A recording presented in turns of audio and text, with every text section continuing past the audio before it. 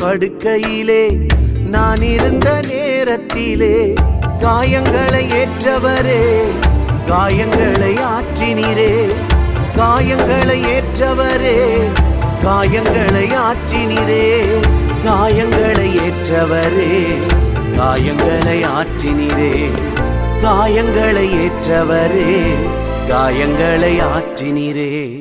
யாரும் இல்லை என்று நான் அழுத போது தாயைப் போல என்னை தேடி வந்த தெய்வம் இயேசுதான், என் இயேசுதான், இயேசுதான், என் இயேசுதான்.